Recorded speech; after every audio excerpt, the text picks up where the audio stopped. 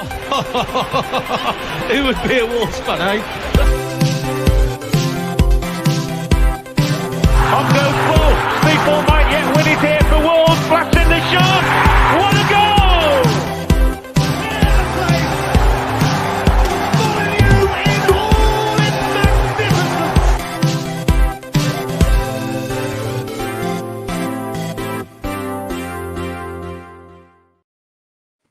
Hello and welcome to today's episode of Wolves Fancast. It's me, Rich Hobbs.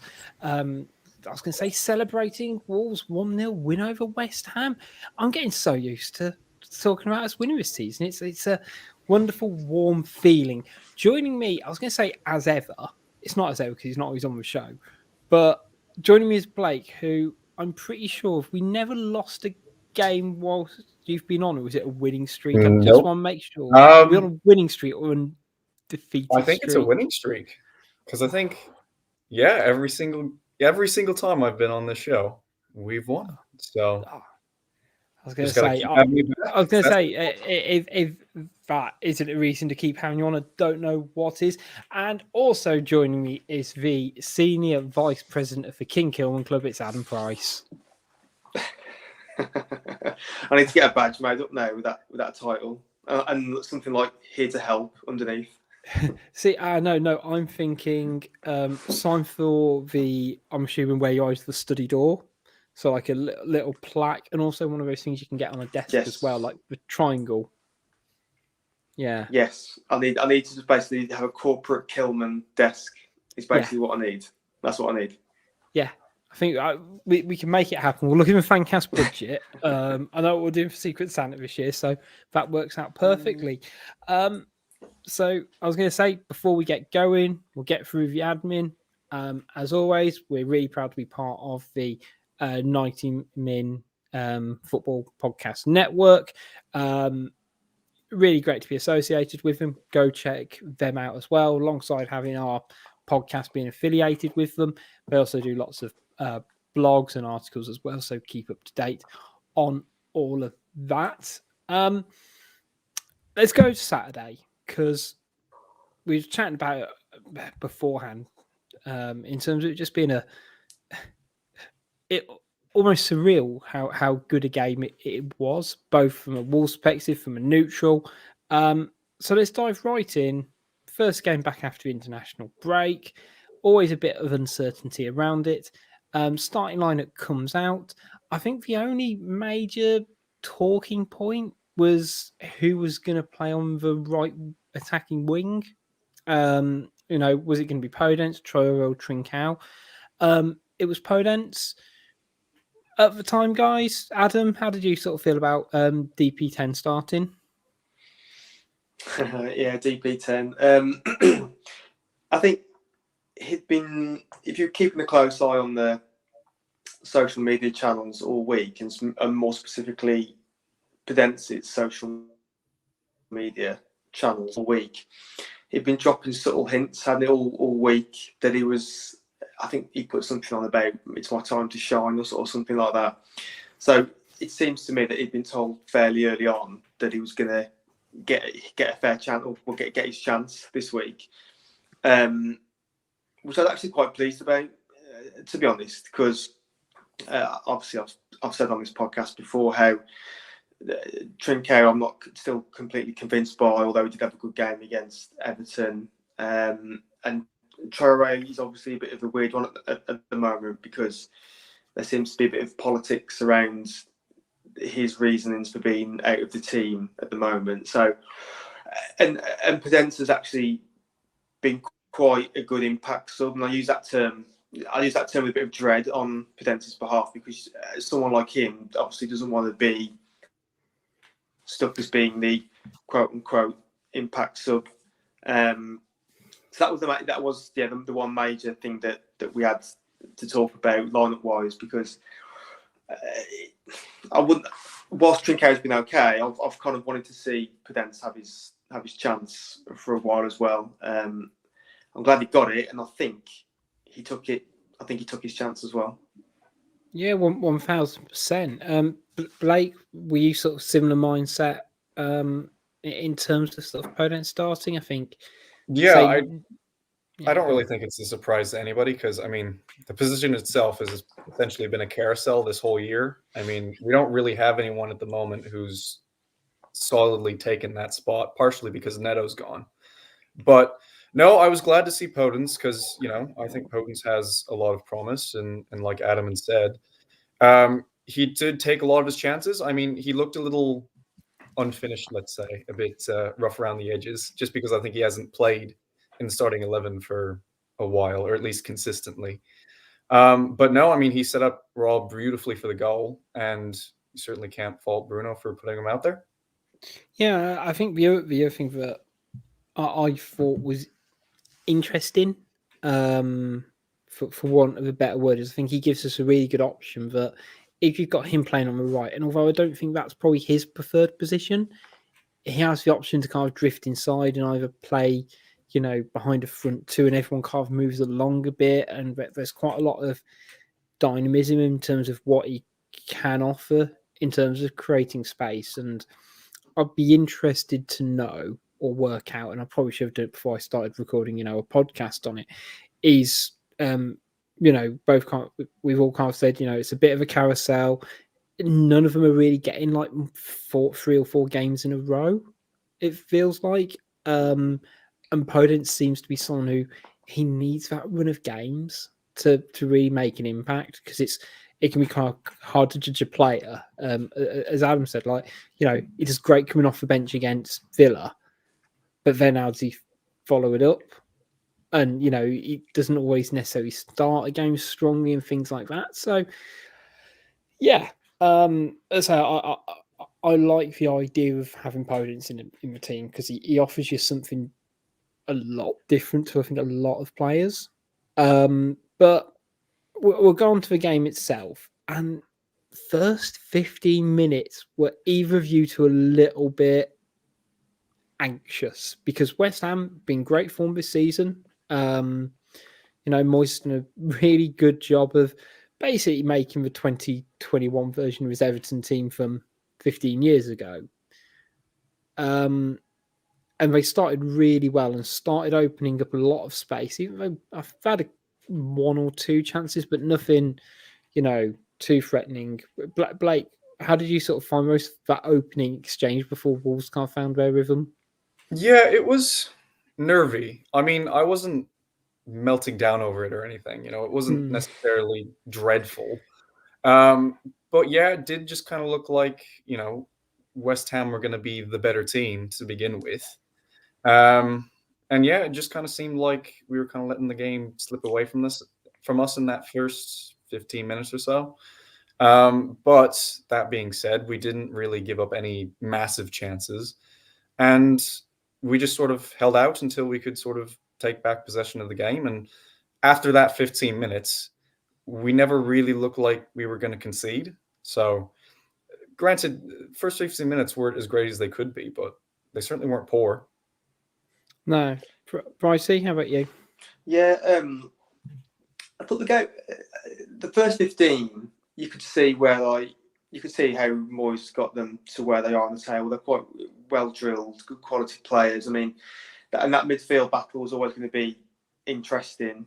Rice and Souček against Neves and Moutinho, and you got a sense that the first 15 where we thought, okay, yeah, I can see why what people have been saying, what we saw on the TV thus far. Where, good skillful players, good on the ball, well drilled. But then, as we've said, Sarr never really had any major saves to make, for not just in the first 15, but then for the rest of the game.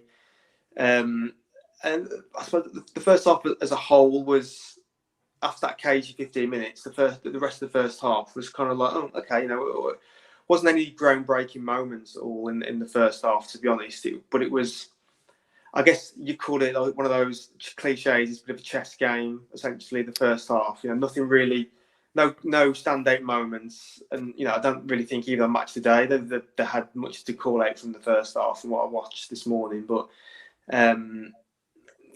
yeah, it was a kind of indicative of of two teams kind of feeling their way back into a bit of familiarity after an international break. And these sort of games after international break, they can kind of go one of two ways. The way that we saw yesterday, and they can go the way of like Newcastle, Brentford, where it just gets silly and it's goals galore because everyone's forgotten what the tactics are during the week because they've been away with the national teams. But you're completely on the money. I think it sort of shows for both teams like foundations are kind of fairly built on having a solid defense because for the first half an hour they had the first 15, we had the next 15. It did sort of feel like right, they've had their time to like assess what we're doing. Then it almost came like right, you have the ball now, you having a look at what we're doing. And like neither team could just find a way through. It was both teams played really good football. Both attack minded, wanting to, let's say, do things right, but also had that bit of steel about them. And where West Ham, you look at their centre midfield of Rice and Souček's a robust pairing, particularly when you compare it to Neves and Moutinho. But saying that, we could probably highlight, I think, I would score down about 8 players who I'd like to give recognition to, which I won't give all of them. But Neves yesterday, again, as I said, against a combative, strong, very, very good midfield, didn't half hold his own. And same with Moutinho, but both of them were absolutely on song yesterday to really, let's say, after that opening exchange, really dominate through that middle of the park. I thought they were both fantastic yesterday. Yeah, and there was one standout moment, to be fair, in the first half where Jimenez, probably should have scored on the cheap chip that he made against the keeper. But even still, I mean, it was a beautiful ball from Neves to send Jimenez through, and by all likelihood, VAR probably would have called him offside. But look, we dug it out in the end, and yeah, Neves did absolutely fantastic. Do we think having like the season of his life, isn't it, at the moment? Yeah, I mean, it just. I mean, to be fair, I think I was going to do a poll on Twitter saying, like, all biases aside, who'd you rather have, Declan Rice or Ruben Neves? And then actually I looked at the Premier League stats. On their app, you can compare the two players. I mean, there's not a huge amount in it, but, like, Neves does, like, win, like, most forward passes, most tackles. I was like, oh, bloody hell. I can't really do this now. But in terms of Neves, again, he's having the season this season that I think a lot of us, particularly me, thought he was going to have last season. And for one reason or another, it sort of stuttered, whether it was him personally, team as a whole, club, whatever. But this feels like he's hit the point of progression where we're expecting him to hit when he went up to the Premier League. He was that Rolls-Royce player in the Championship. And it never kind of quite had that same feeling in the Premier League. Whereas now, fourth season in, feels like we've got that where everyone kind of just assumed he'd be now. And I mean, he's still ridiculously young, isn't he? But it does feel like he is. You could class him as one of the really top quality centre midfielders in the Premier League now. I think it's been like afforded. Well, you said last season he wasn't a patch on what he's now. I think obviously there's quite a few clear reasons for that about like the head of team was set up and how we were asked to play. The handbrake was on, but this year it's like we don't even. He doesn't have a handbrake this year. Neves, he just doesn't have one at all. He's in fifth gear every game because he's just running the games at the moment. Neves. It's almost like he's been given license to go off and just do his thing. He's under no sort of heavy tactical restraint. It's just essentially Bruno sent him out there with instructions of you be you, go out there and just do what you do best. Get on the ball, pick your passes, pass it round. Even if everyone thinks you're having a really bad shot that turns out to be an awesome pass, do that as well. That's what it just seems as though is He's just everywhere at the minute. He just seems to be in the middle third. He's just everywhere. At the minute, he's just having the season which we thought we would do. There you go, Neves to Moutinho, pass or slice. I was going to say, I mean, I will hop forward, because Rob Cartwright asks 2 questions in Twitter Corner, which should actually be an automatic dismissal of both. However, we have brought one of them up, so I feel obliged to be able to bring one up. The Neves to Moutinho, guys, are we calling it an ingenious pass or an awful shot? Why not both? Yeah. I think it just shows when you looks in, isn't it? And he is just, it's that level of consistency which he's not quite being able to produce in the last couple of years. Like, you'll get 3 or 4 games off him in a row, and then it might dip, and he might drop out for Dendoncker, or changes to a 3-5-2 and X, Y, and Z. But this season, we're 13 games in, something like that. I really should know. But he's probably had 2 not amazing games, and I'd argue those are probably games where the whole team played poorly and was more indicative of that. And yeah, just again yesterday, just typified what he's all about, the passing, but the dogged defensive work that he gets through as well. And it's a side to his game that he relishes as well.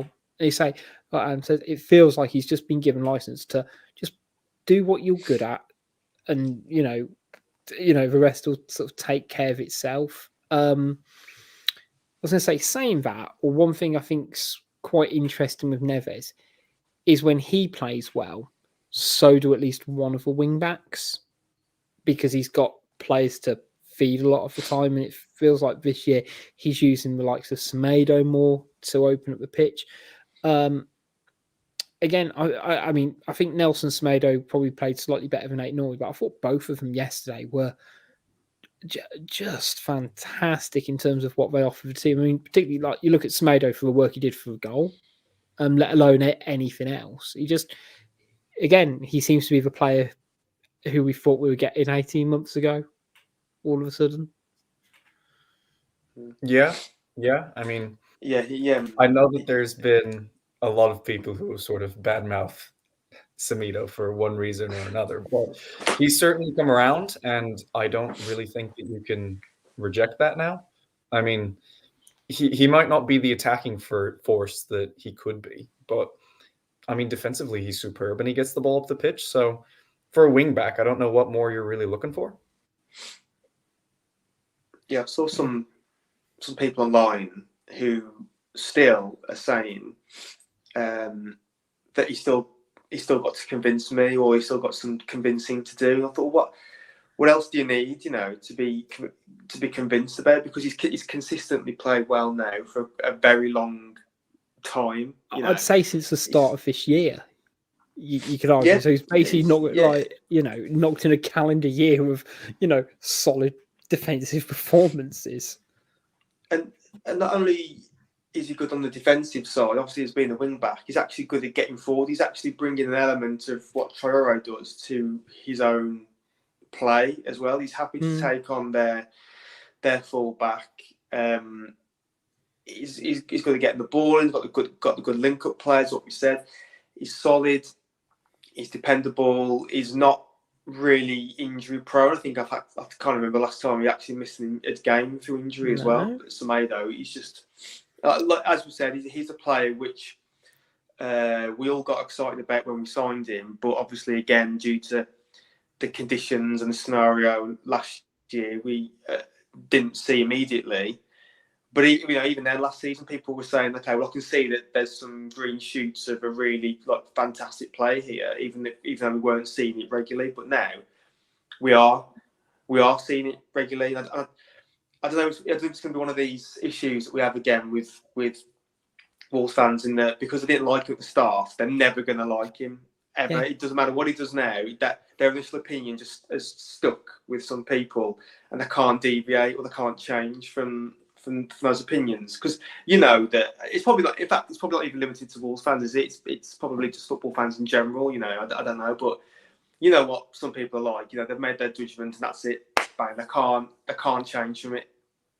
Yeah, it's like it's okay to be wrong. You know, players do improve and get I'm wrong better. all the time. Yeah, I was going to say, I'm used to it. I'm comfortable in my ability to be wrong. I can just ask my wife, and she'll list quite a few occasions if I'm not careful. But, you know, they say, steady Eddie Semedo. That's all I'm saying. I did realise after thinking of that yesterday and then not using it out of fear of embarrassment, West Ham, as a club / when you play them, I already know the show title for today. It could have been about 4 or 5. They're a very pun-heavy football club. You know, you can make it. There's a lot of wordplay you can use around some of the players, but the nicknames of West Ham and stuff like that. I'm going off tangent. I know it's not in the running order, but I feel it needs to be said because I made a joke about chips over rice yesterday, which was genuinely awful. I know it. I'm appreciative of it, but also like that. I don't know. I just feel like how many. Not even, you know, in the show title, it won't even involve the word hammer. I mean, because we only won 1-0. But, you know, imagine if Jimenez had scored that dink. What I think is trying to be his trademark. I've got a whole thing. He wants to be like known as a striker. You know, that's his trademark finish. But anyway, I will drag the show back of my own tangent. The Wolves goal. I mean, we've already talked about Podence coming in, the impacts he had yesterday. We've talked about Semedo. Both of them involved in the goal. I mean, it was just a fantastic team goal. Yeah, like proper training ground, flowing move. Everyone knew what they were doing. Jimenez's third goal of the season. And what I wanted to note on it was that was a very archetypal Jimenez goal from the last couple of years in terms of like just taking a step back, the cut back to him, and then just like the astute finish into a bottom corner. That you know his last 2 goals have been, you know, confident finishes of a superstar striker, but this was just bread and butter for him for me. Yeah, cool, calm, collected. It really is that simple. I mean, he just took the ball and slotted it home, and it wasn't an easy finish either. I mean, he had, I think, about 3 defenders in front of him. Any of them could have easily cleared the ball away, but he just sort of found his way through all of them with his shot. And it was just, yeah, like you said, like a knife through butter.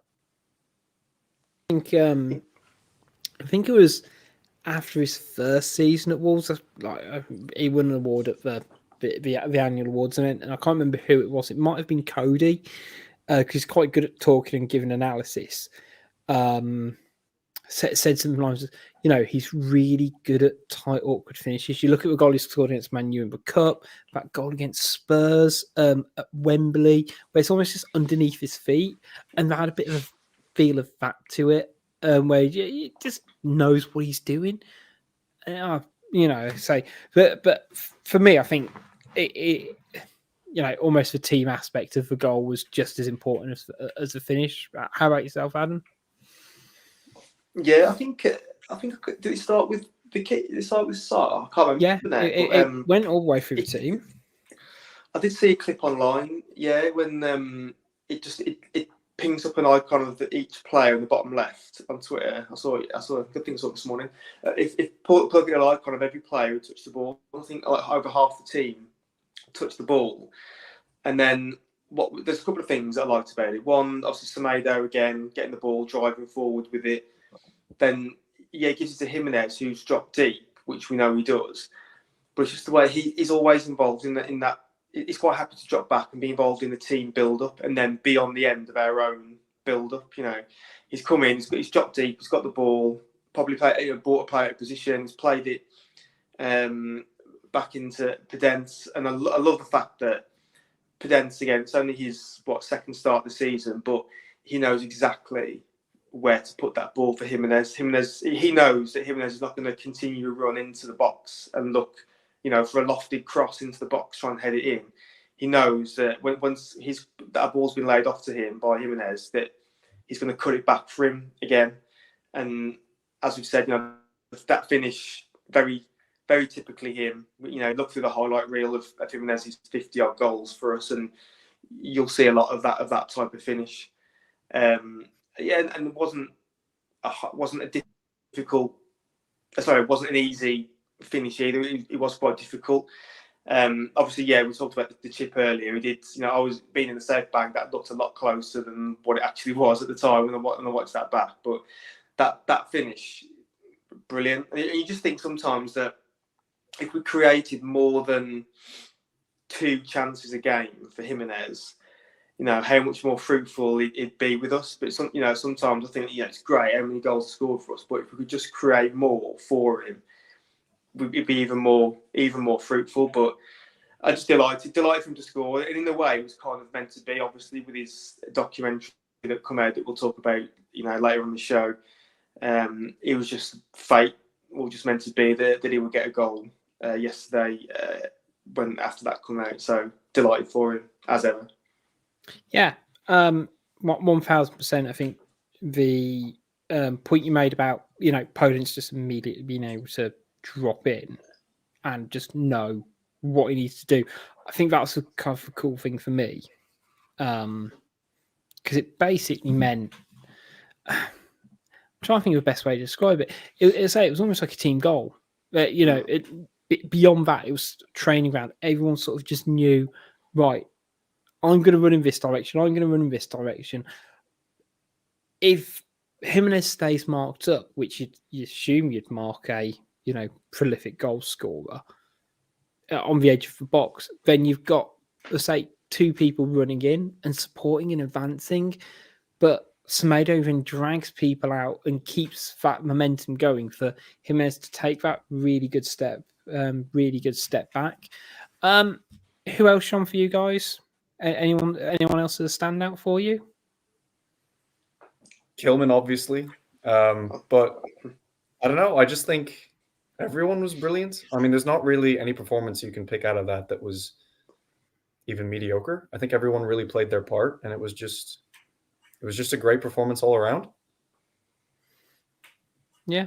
I mean, I think, Rich, next time you ask that question, I'm going to have to just buy, like a Burger King style King crown, just put it on my head when you ask that question next time about who's played well. So I can just, for the visual view, if one's watching YouTube, I can just see straight away where my loyalty stands. I mean, we are 27 minutes into this recording, and it's taken me a lot of willpower, not to mention how, because of the lighting. I appreciate for the podcast listeners, this won't make sense, but it does look like Adam does have a halo over his head because of where his light is. So I am sort of just assuming everything Adam says is heavenly at this point. It's either that, or I'm always got a good idea.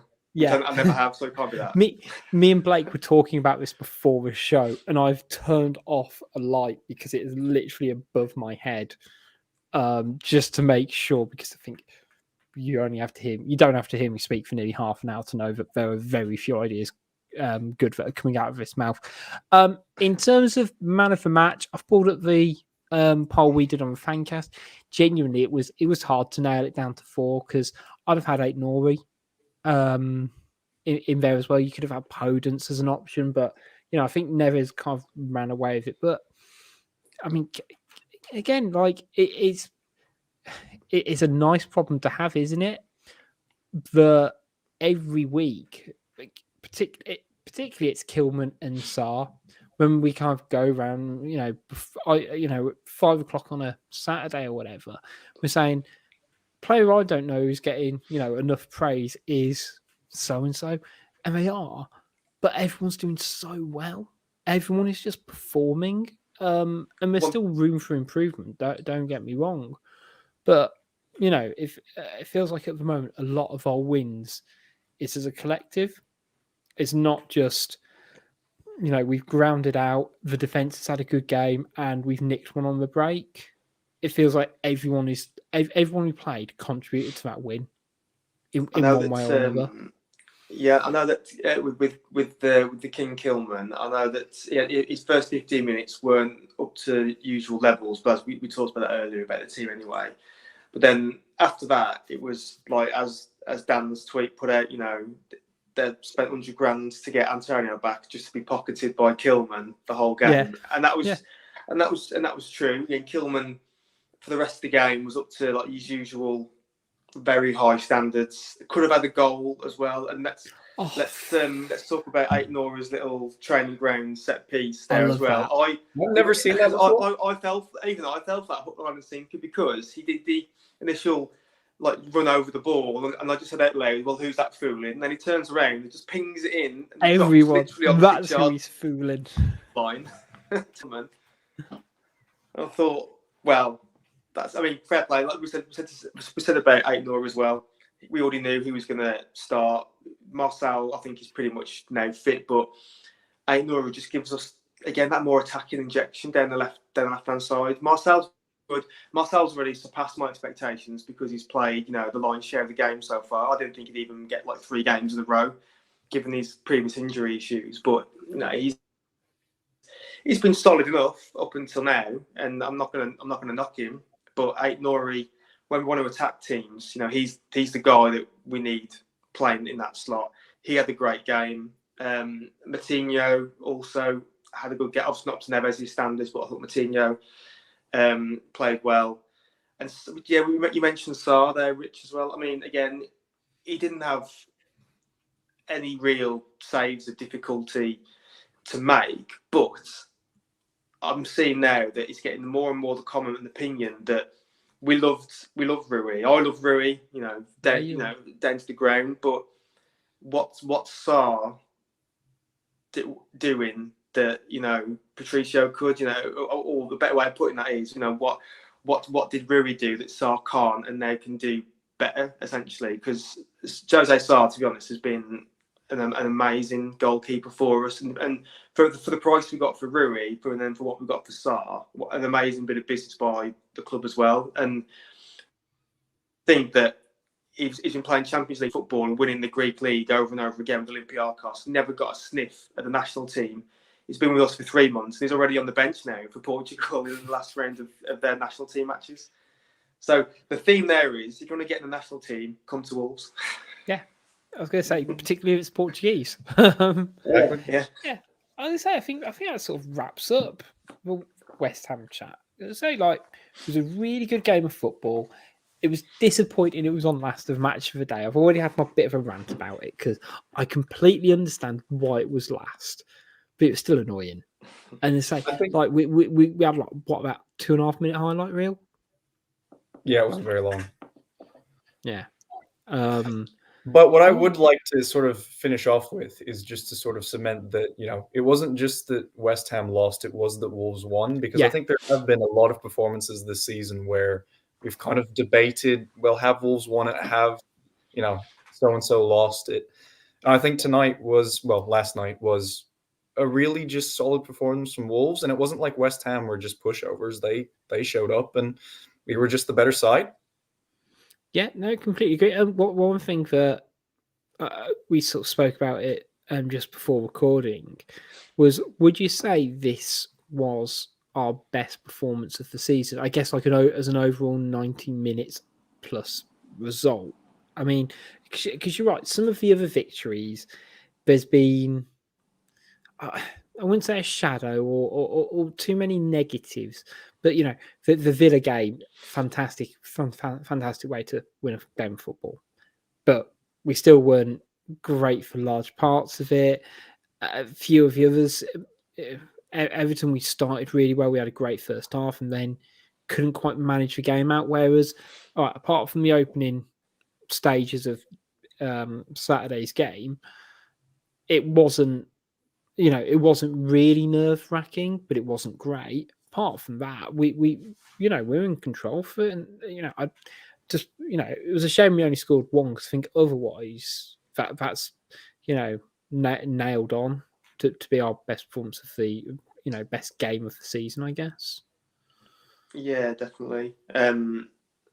Villa was a one-off, really. That's not going to happen again anytime soon. And we didn't play well anyway, to be honest. That was just a crazy 15. But Everton, Everton game was quite clear and by some distance going to be our best performance of the season, but it ended up being our best first half of the season because, as we well know, second half we let them back into it. But I think this is their best.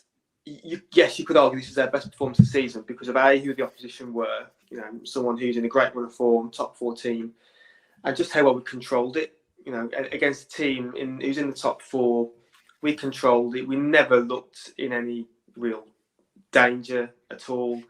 As you said, we could have had more than the one that we scored, and just how we just completely nullified them. As you know, as Blake said, it wasn't as if West Ham turned up and just couldn't get out of first gear, and we just took advantage. We just suffocated them and didn't allow them to play their own game, and we just basically excelled at our game plan. So I think you could make a very good argument for it being our best performance this season. Yeah, so far. Yeah, definitely. Right. Well, we'll round up the West Ham chat there. We're going to take a short break. You get to listen to a wonderful advert, and we will be back right after this, guys.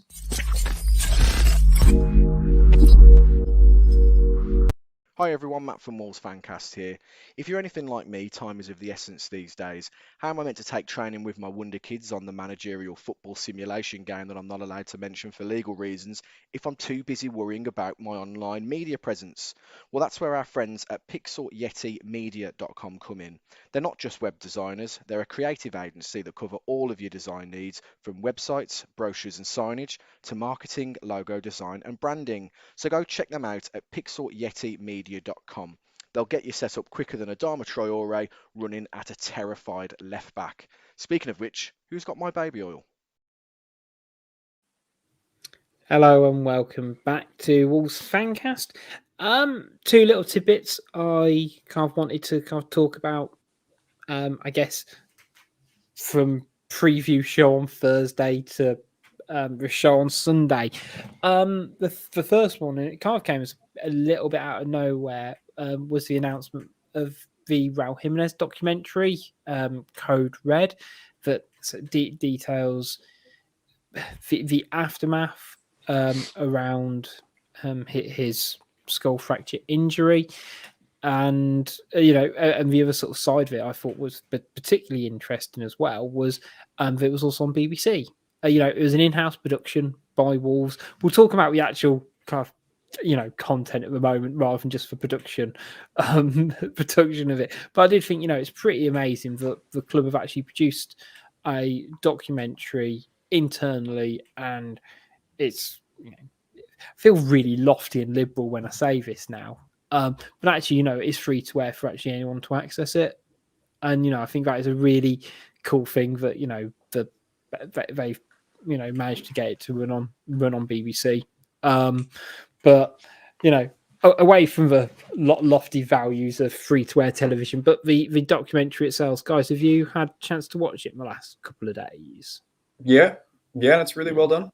I mean, it was an interesting moment because I think none of us, when it happened, none of us really knew what it was going to be. Like, I mean, we've never really seen before an instance where somebody's really had a big incident with their head. Certainly not with Wolves. I mean, you've certainly seen it around the world with in smaller scale, but for football, it's just a very rare occurrence. And I mean, he was out. He was dead out, and we all heard it it was the only thing you could hear since there were no supporters. So it was a very, very scary moment. It was, I think, just very interesting to see how it all played out between, Raul's family and the personal trainers and Nuno, certainly. And yeah, it was just really interesting to see that side of it.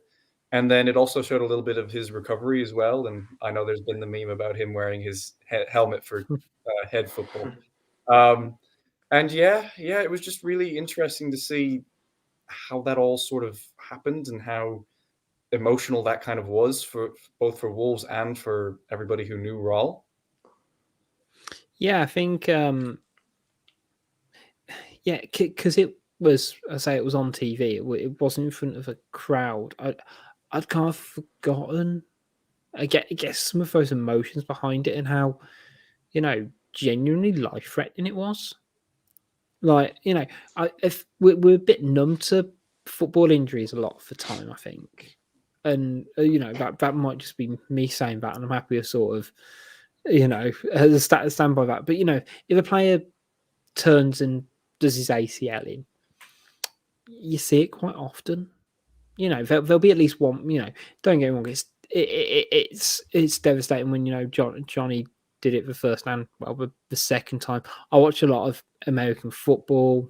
And, there'll be at least one quarterback or one really good player who will tear it a season, and like that seems to be, probably the biggest regular injury a player can suffer. But it's like you forget how like genuinely like life threatening that could be in a way. It's like, I bring up American football. It was a couple of years ago now. But it just reminded me of an American football player called Alex Smith, who he suffered like a double leg fracture, similar to sort of like the Eduardo, Aaron Ramsey, like clean break sort of thing. They did the surgery, but he got an infection, and it nearly completely, it wasn't going to be a question of whether he could play again. It was, whether a question he could live. And, that wasn't what you sort of first expected when he went down on the field and things like that. Because you think, oh, well, they recover their athletes, they're, superhuman, basically. Fortunately, Alex Smith, similar to this, actually did make a recovery, managed to sort of play a little bit of football again before retiring. They say the rawness when I think we all realised that something wasn't quite right did sort of hit home. And so particularly when you sort of like Nuno's reaction as well, Pricey. Yeah, there's a couple of things that I kind of took away from it.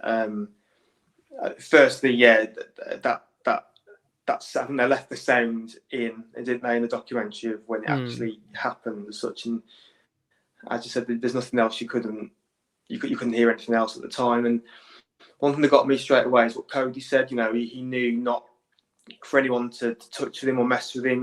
He said that he's the one thing he knows is that keep them on his side. And you could hear like the microphones obviously close to the pitch. You could hear him telling everyone, don't touch him, and just leave him alone. And it's amazing how he literally could have died right there on the pitch, essentially, or very short time afterwards. And if he hadn't got the medical attention he did, and that was something again which I've learned from listening to what Matt Perry said, in that before every game they've got everything mapped out, where the nearest specialist is, where the nearest hospital, trauma centre is, or whatever. The minutes that it'll take to get to that place, so they know exactly what amount of time they're dealing with. I think this sort of thing, to go into every little game, all these finer details, the prep they must do right down to finer detail is amazing. And I got choked up a bit watching Nuno, to be honest, how much just drawing those memories back. Because obviously, I think that this was filmed pretty shortly after he got the Spurs job, so he was obviously still in his Spurs gear. But even going back all that time, nearly a year ago to the game, it still quite clearly affects him. Just talking about it, because he was there living it at the touch line.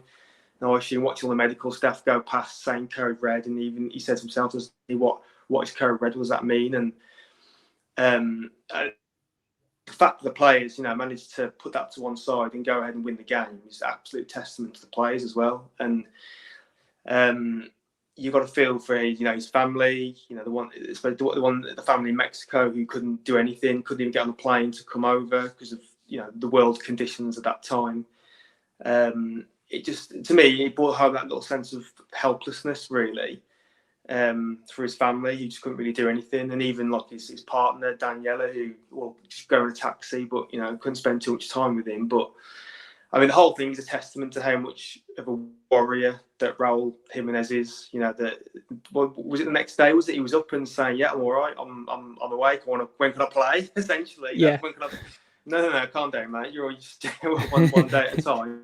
And it's just what goes into his recovery as well. Everything to get him slowly but surely, you know, up to where he is now and back scoring again. Amazing. Such a well produced documentary as well. Credit to Yanni at Wolves for putting that together. I think he's got universal praise online, rightly so, for putting that together. What an amazing half-hour documentary it is. And obviously, there's probably too many Wolves fans who haven't seen it by now, but I'd obviously urge you all to watch it if you haven't. And then even if you're not a Wolves fan, you know, it's just a great half-an-hour documentary into what could have been, you know, a very, very black moment, you know, in football history. If had it gone the other way rather than the way it went. Yeah, I think the awareness it brings to, you know, the hard work that doesn't just happen with those players on the football pitch from the medical staff. You say, like, you know, they plan and drill for this, you know, for this 1 in a million chance. And, you know, I think when you tie it in with, you know, probably the Christian Eriksen incident over the summer, but, you know, all the Wolves players, it was only about a month ago, wasn't it? But they all had like CPR first aid training. I don't know whether that was because of Christian Eriksen or Jimenez or, you know, or whatever, but I think it just shows, like, you know, this is a good football club. You know, this is a team who cares and, you know, for one another and stuff like that. So it's really powerful.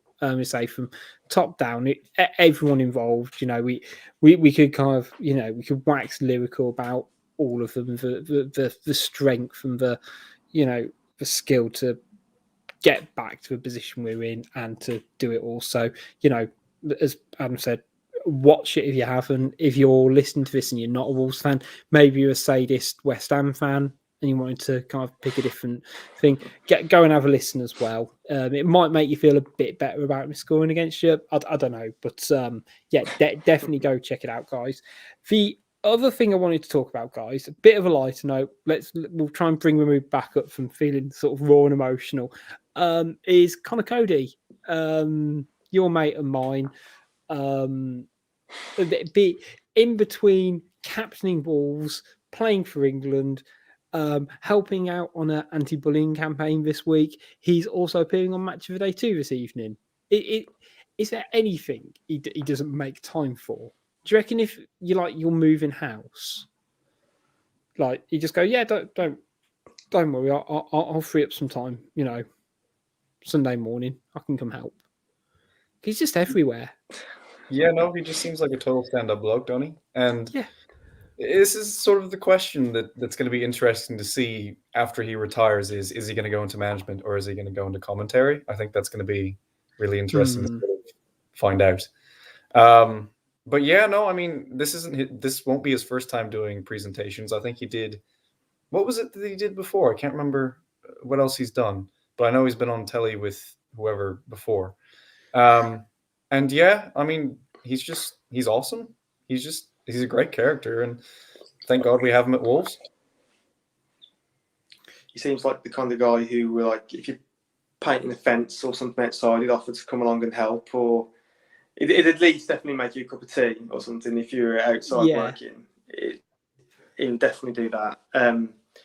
Yeah, I mean, what's left to say about the guy, to be honest? I mean, as you said, Rich, all the stuff he's done, and again, that was another video that brought out a lot of emotion. The anti-bullying one that he did with that kid, that mascot, amazing. Again, yeah. What else can you say? Everyone just seems to love him. He mentioned the England squad. You know, he spends 5 minutes there, and any player that's been interviewed after being in the England squad just talks about Coady in glowing terms. Even Southgate, who didn't play him in the Euros, still said, you know, I'm gutted.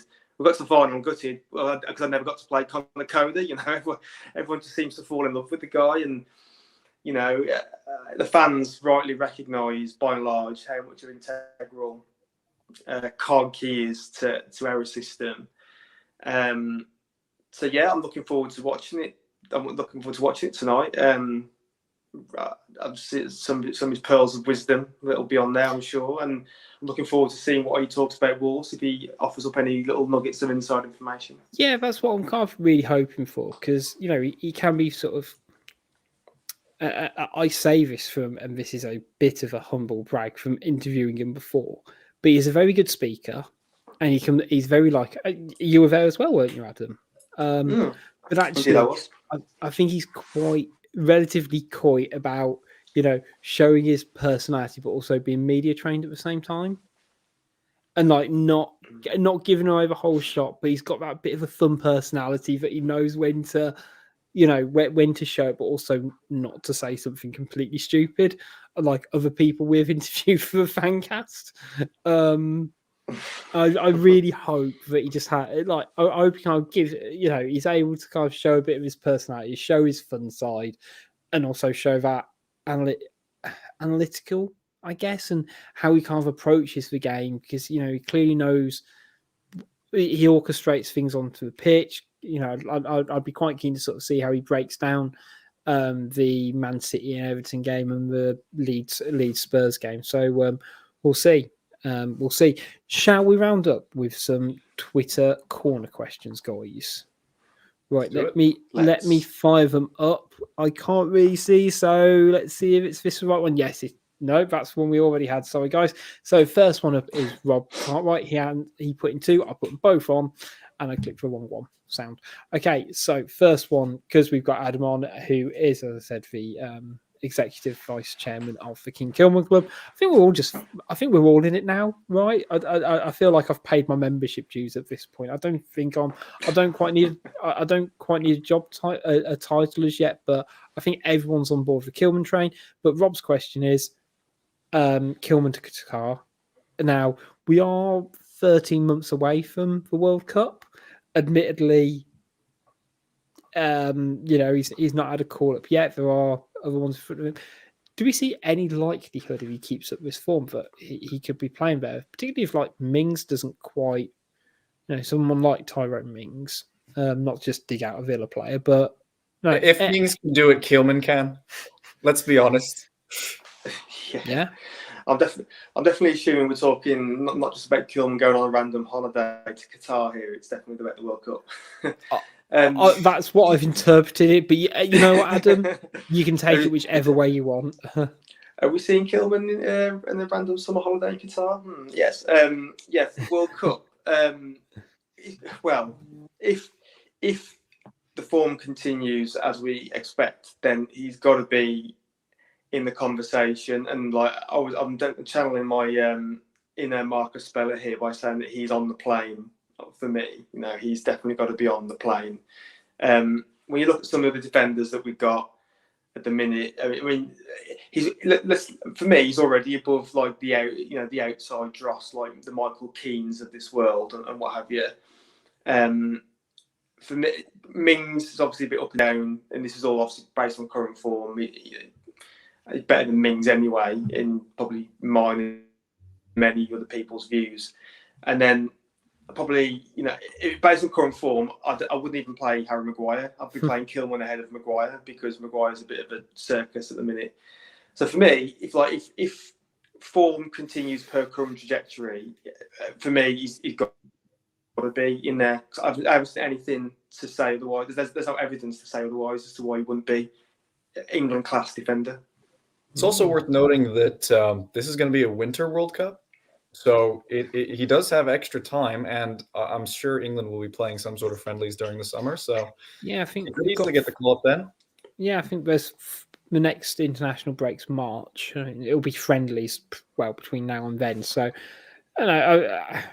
you've seen with Southgate that he's kind of quite committed to having players who kind of help through qualifying. But I think there's always a chance for those players who come in on form as well. So, fingers crossed for him, because he's done the business for the first third of the season.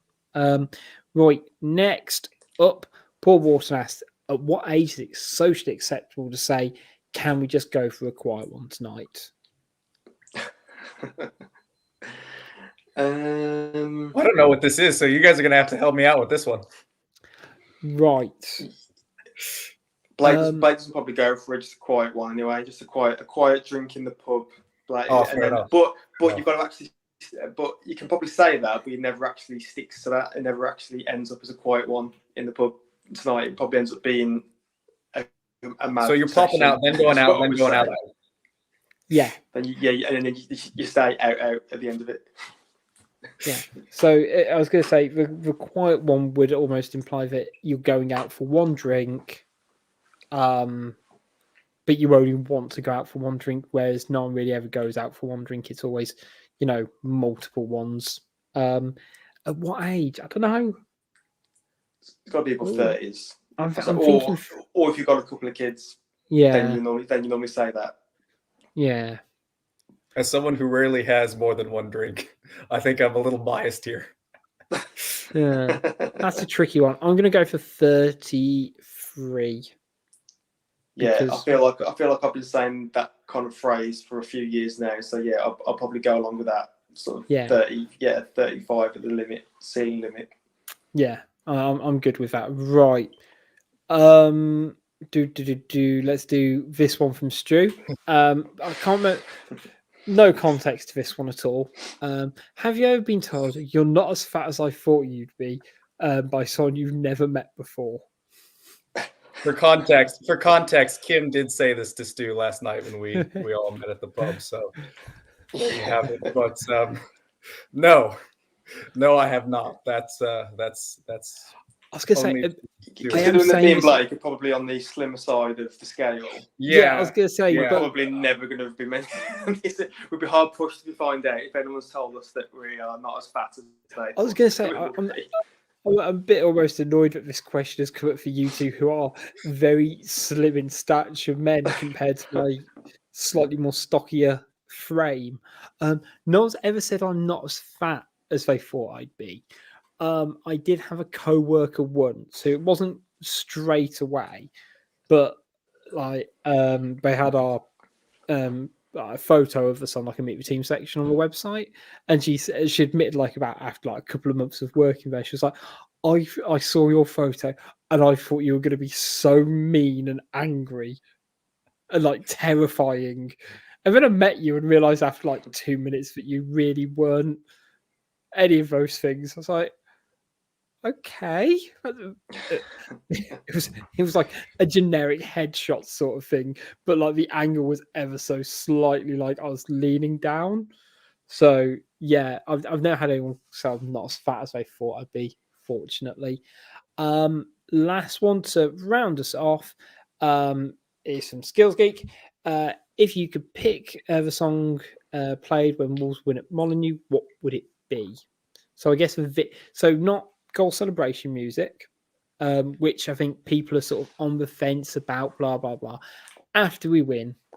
So yeah, I've been umming and ahhing about this one because I think there's a few good options.